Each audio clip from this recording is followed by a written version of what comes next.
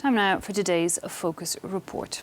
Well, the right to be given help to die has been debated for decades. Last week, Portugal's parliament rejected the idea of making doctor-assisted suicide legal. Here in France, the decriminalisation of euthanasia is constantly under discussion. First legalised in the Netherlands and Belgium in 2002, the topic still divides even in those countries.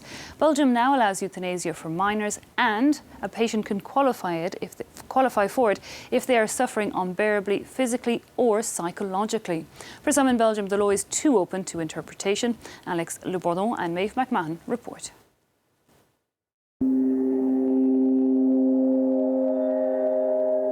I spent more days in a week just in my bed, crying, yelling. It feels like somebody is just pushing thick needles into me. I'm not living, I'm surviving. Due to this unbearable psychological suffering, Amy has decided to end her life. 18 months ago, the 32-year-old Belgian got the green light to do so, and since then, ironically, began to start living again. From the moment I had my approvals, I really didn't think about suicide anymore. And it was really like, it felt for me like I could breathe a bit. With no date set yet for her euthanasia, the young woman is even making future plans. She will soon move into a new apartment. This peace of mind is something that this dad would have liked for his daughter. This is a time when she had no hair. She'd made a bet with her friends. But Edith slit her throat in her room in a psychiatric hospital. Neither her doctors nor those around her would consider her request for euthanasia. For years, I was emotionally relentless.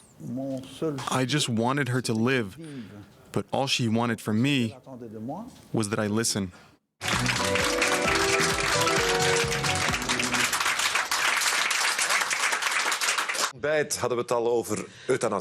Euthanasia has been decriminalised for more than 15 years in Belgium, but the topic still triggers heated debates. This Flemish politician wants to see assisted suicide for people who are tired of living or feel they have had an accomplished life.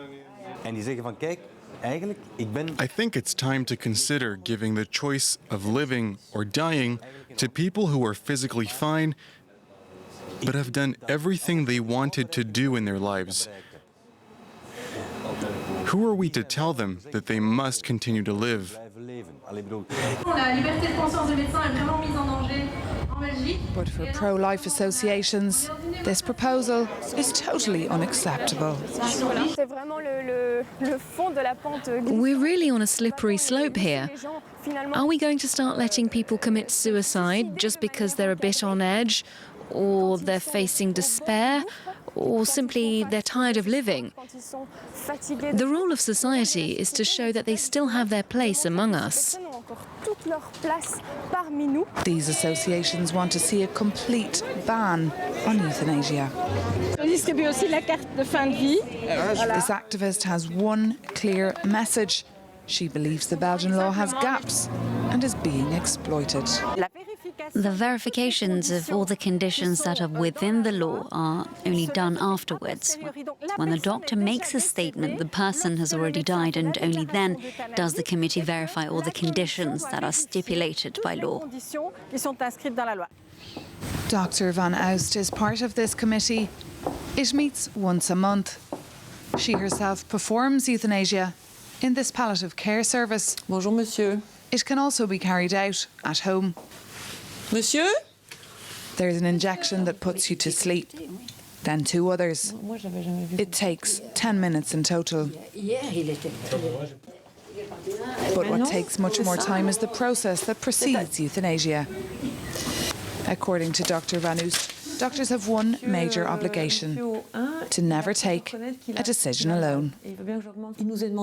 As the doctor, we're asked to take the advice of others and to report back to society, because we have to report on what we've done, and this report must be checked by a healthcare team and at least one other doctor.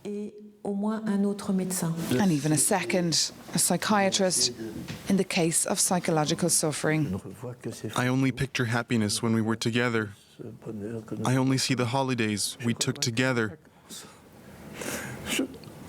All the time. This patient has not recovered from the death of his wife that took place almost a year ago. It's the 4th time he visits his doctor. Pierre is 83 and wants to die. I'm sick of living. I'm tired of loneliness. I cry all the time. I even cry in the street. But in the case of bereavement, doctors are cautious. We have to give ourselves some time to confirm that. Time to ascertain the psychological suffering of the patient in question. His concerns need to be addressed, and that's why dialogue is so important. And a patient who says, I can't take it anymore, I'm suffering too much, how dare you tell them that his suffering is not enough? It's your perception. It all depends on your empathy towards the patient. Whatever the situation, listening is at the heart of the process. In any case, the worst thing to do when there's a demand for euthanasia is to turn around and say no at once. The first thing to do is to listen to the request and to propose a timeline. Time is very important, especially for psychiatric patients.